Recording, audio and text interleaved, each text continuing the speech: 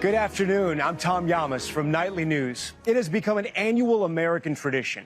For Super Bowl Sunday, the President of the United States sits down for a wide-ranging interview ahead of the big game. This week, I spoke with President Trump inside the Oval Office. We discussed everything from his immigration crackdown to possible military action in Iran. The whole interview is now available at NBCNews.com.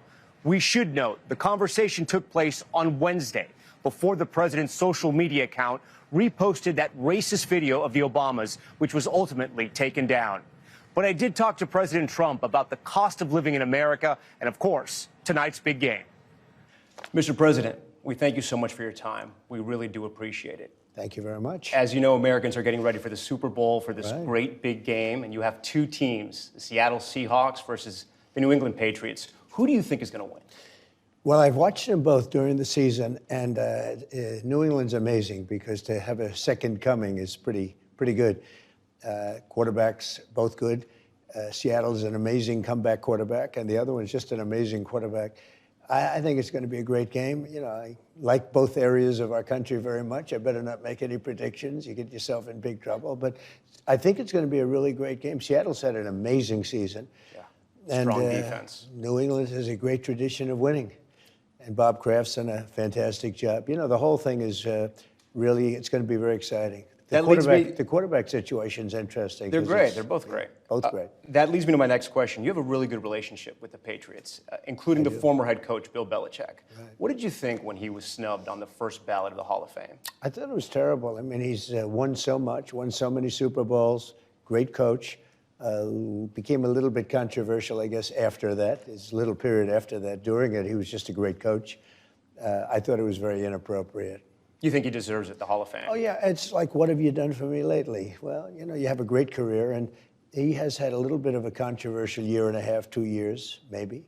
But what difference does that make? No, he should be in there right at the top. What are your plans for the Super Bowl? We know you're not going to go over there. You're going to watch here, and who are you inviting? I'll be sitting in probably Palm Beach, depending on what happens. You know, in my position in this job of mine, sometimes you have to move around quickly, very quickly. Yeah. But we'll be most likely at Mar-a-Lago or one of my clubs, watching with a lot of people, a lot of friends, or I may very well be in the White House. Friends and families just like you will be coming together on Super Bowl Sunday. People are shopping this week. Yeah. They're running the kids around. They're trying to heat their homes with this brutal winter we've been having. In the last year, a lot of prices have come down. Things like gas and eggs. But others, since you took office, have come up, like natural gas and coffee. When can Americans expect those prices to come down? Well, they've already come down. I think you've seen, Tom, when I took over, eggs, poultry, all these things were through the roof. In fact, the first question I got, what are you going to do about eggs? It was my second day in office at a news conference, and they were screaming, what are you going to do about eggs? Eggs had gone up like 4 times. If you notice, over the last few days, it's only a few days, but the Democrats have gone to another subject. I think they're probably saying dictator or something. They've got a new word. They don't use the word affordability anymore because prices are way down. Gasoline is, I just left Iowa, $1.99 and even $1.85 a gallon, yeah. $1.85 a gallon. That's in Iowa. Many states are cracking $2. Gasoline is way down. And honestly, everything is coming way down. Beef is coming down. Yeah, but beef, coffee, natural gas, they're coming down. Coffee's, coffee's coming down. Well, it's already come down. I'll tell you what, in the last 4 days, it's only 4 days, the Democrats have not uttered the word affordability. They're the ones that caused the problem. I took over a mess in every way. The border was a mess. That everybody admits. The border is great. Crime was a mess right now. 125 years. It's the lowest crime that we've had since 1900. So we're doing a job. But the one thing that they don't say anymore is affordability because I fixed the problem that they created. Let's stay on the economy. You just mentioned it. You said you inherited a mess from President Biden when it comes to the economy. But at what point is it on you? At what point are we in the Trump economy? Oh, I'd say we're there now. I'm very proud of it, 5.6%. You know, we have a GDP of 5.6 despite a shutdown. We had a 42-day shutdown. I call it the Democrat shutdown. And because of that, I lost 1.5 points. I would have been at a 7 GDP, which hasn't been seen, I don't know, ever maybe ever. Yeah. And I think 26 is even going to be better. You know, we have hundreds of billions of dollars pouring into our country, actually trillions. $18 trillion is being invested in our country as we speak. And there are factories and plants and thousands of businesses being built all over the country. Nobody has ever seen it. I just spoke to President Xi of China. Nobody has ever seen anything like what's happening right now in America. When will we see those jobs and those factories open? Because manufacturing has been down. Well, you're already seeing it in construction because they're all building. You know, we have factories being built, car plants are coming in from Canada, coming in from Mexico. They're leaving Germany, Japan. They're all coming into the United States. And you're seeing it in your construction numbers. And, you know, the plant, we have to build them. And the plants are under construction. In your term, you think those plants will open in your term? Oh, yeah, no, they'll be opening up over the next year and a half, yeah. You've had successes on immigration, some big ones. Illegal border crossings are at historic lows, but the entire country watched those videos of 2 Americans being killed in Minneapolis. Yeah. You've gotten calls from your own supporters to make changes, and now you're pulling out some officers from Minneapolis. Are there more changes coming?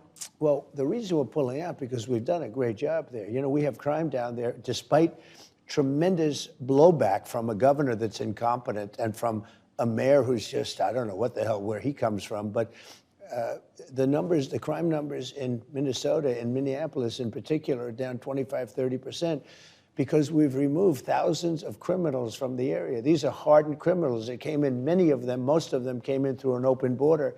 And we've done a great job. But look at Washington, D.C. Yeah. It's like a safe city. You can walk to the White House. You didn't have to take an armored vehicle. You could walk Washington safe.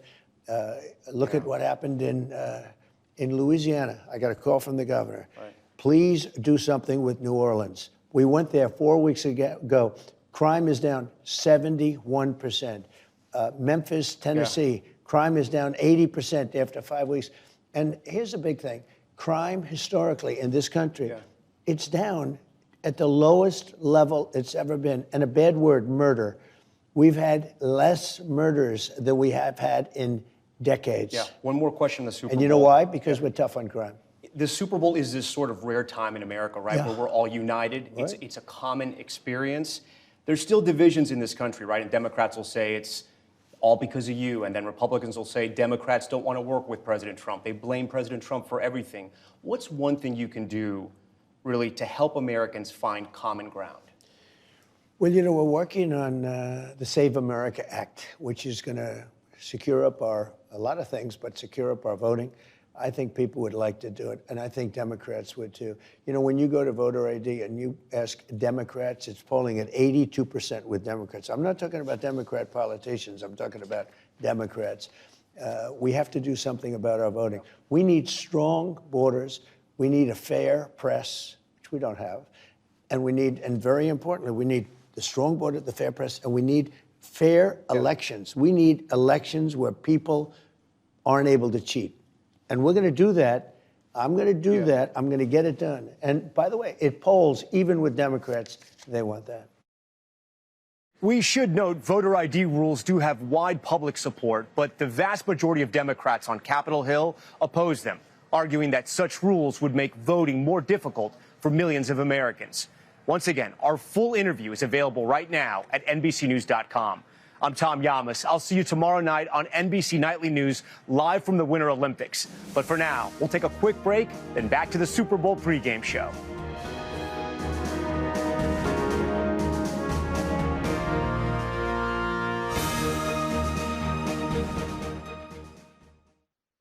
We thank you for watching, and remember, stay updated on breaking news and top stories on the NBC News app or watch live on our YouTube channel.